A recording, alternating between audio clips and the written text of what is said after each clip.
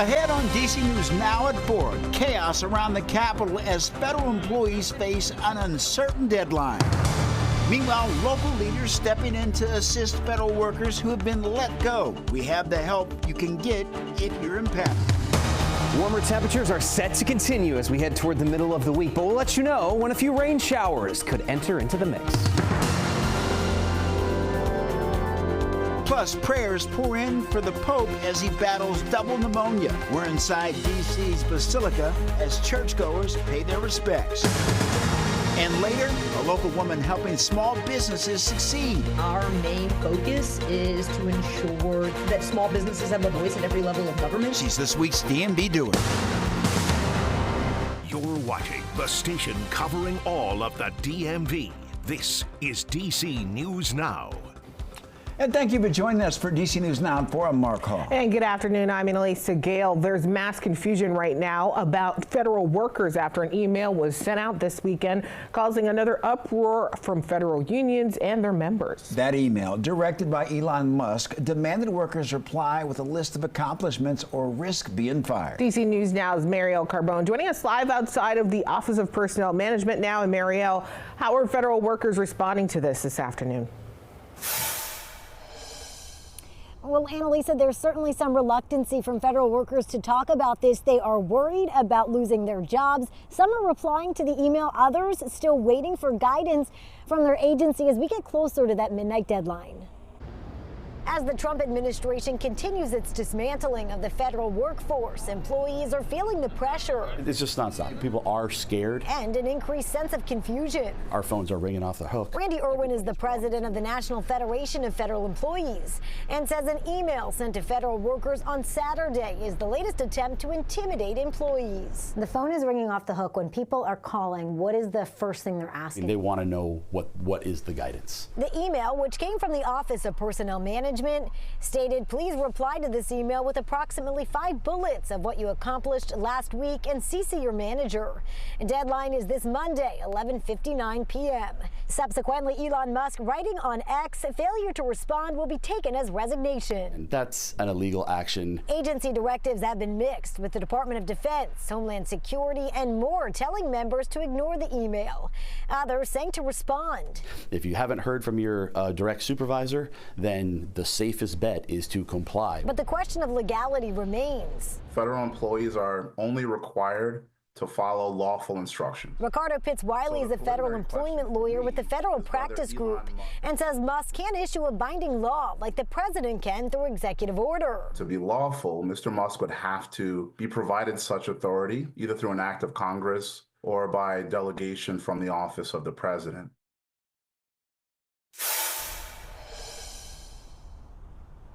And so Pitts-Wiley is also directing his clients to reply if they haven't gotten direction from their agency leadership. Mark and Annalisa, he does expect this to play out in the court system.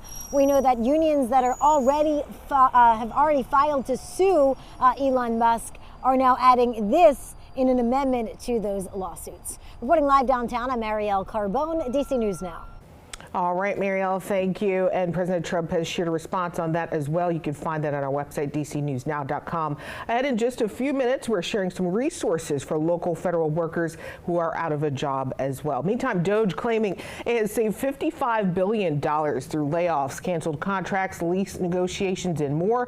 But nearly 75% of that is unaccounted for. For example, DOGE claiming to save $8 billion by canceling a contract for tech support services for ICE's Office of Diversity and Civil Rights. However, that contract was actually worth $8 million. The $8 billion figure is believed to stem from a clerical error. Still, despite the apparent accounting mistakes, Republicans are backing Musk and DOGE. When you're staring down $36 trillion in debt and counting, obviously something has to give. And I think that's what we're seeing right now. A comprehensive forensic audit of every department and agency in the federal government. DOGE says it will update its savings website twice a week. Taking a look outside at Roslyn, Virginia, it is nice out. The sun is shining, a very light, comfortable breeze. Yes, I wish I spent more time out there for my quick walk. It's so nice, but nice to see that sun coming out.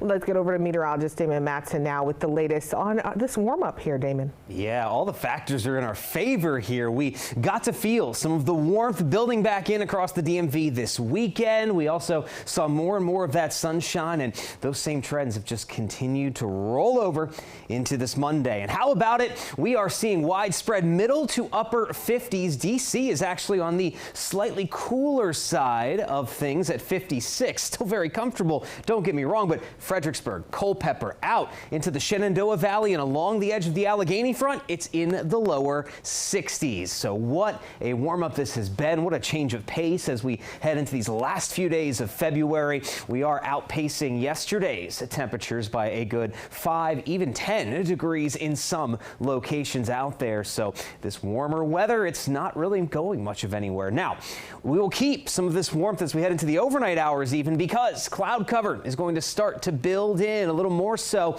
as we go through the middle of the night. That leads to just a gradual drop back through the 40s, and most of us tonight will only end up in the lower to middle 30s. Now that cloud cover, it's the leading edge of a storm system that is well to our north, but could we see any rain showers out of that system tomorrow, and will it affect our warm temperatures that we've had of late?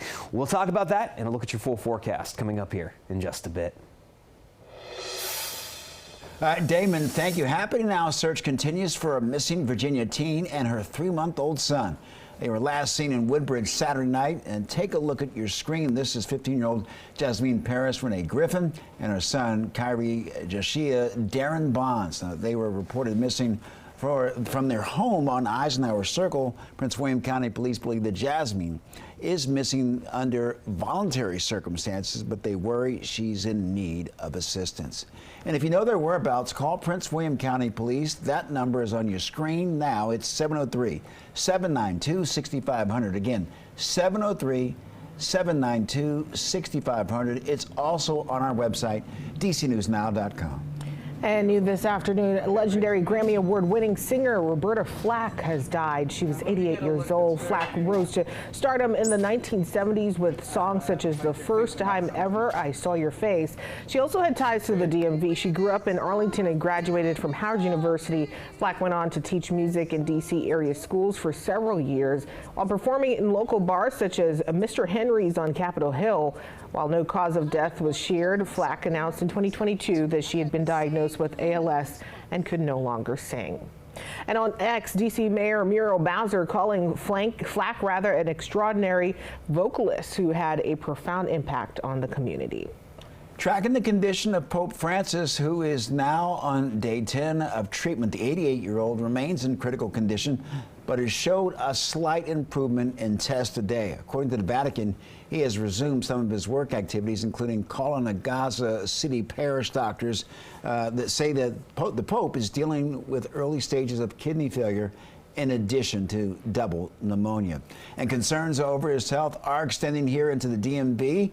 DC News Now's Randy Bast is live in Northeast DC at the Basilica, the largest Catholic church in North America. Randy. Yes, hundreds of thousands of people of the Catholic faith live across the DMV, many of them saying extra prayers today for Pope Francis as he battles serious health problems in a hospital thousands of miles away. Around the globe and right here at home, prayers pouring in for Pope Francis in poor health on his 10th day in a Rome hospital. Inside the Basilica of the National Shrine of the Immaculate Conception in Northeast, the site of prayers and healing today. Dozens of people coming together to pay their respects to the 88-year-old pontiff. We've all heard about the concerns surrounding Pope Francis's health. Our Holy Father, whose compassionate leadership inspires us all, is not immune to the frailties of human life. Pope Francis has a special connection to the district. Father Ismael Ayala remembering the Pope's visit at the Basilica almost 10 years ago. I recall back in 2015, on a picture-perfect day with sunshine, blue skies, and a crowd of 25,000 outside, eagerly awaiting him. Pope Francis graced this basilica with his presence. He demonstrated his unwavering commitment to ministering to the faithful. And people who sat in the pews today sending the Pope well wishes. We wish him a quick recovery and God's blessing that he perhaps can continue his ministry or make a decision not to. And though the Pope's condition remains critical at this point, the Vatican says his condition is improved slightly today and he's been able to do some work from the hospital. Live in Northeast, I'm Randy Bass, DC News Now. Thank you. Meantime, in Virginia now, Loudoun County officials have announced a big bust. Deputies now saying they recently seized more than $1 million in a cryptocurrency scheme known as pig butchering. Deputies say the victim received an unsolicited text message addressed to the wrong person that sparked a conversation and then led to the start of cryptocurrency trading. And when it was time to withdraw that money, the victim was told significant taxes needed to be paid in advance. That is known to law enforcement as pig butchering. Deputies say this scheme is one of the first and largest seizures of its kind in Virginia. So far, no arrests or charges have been filed.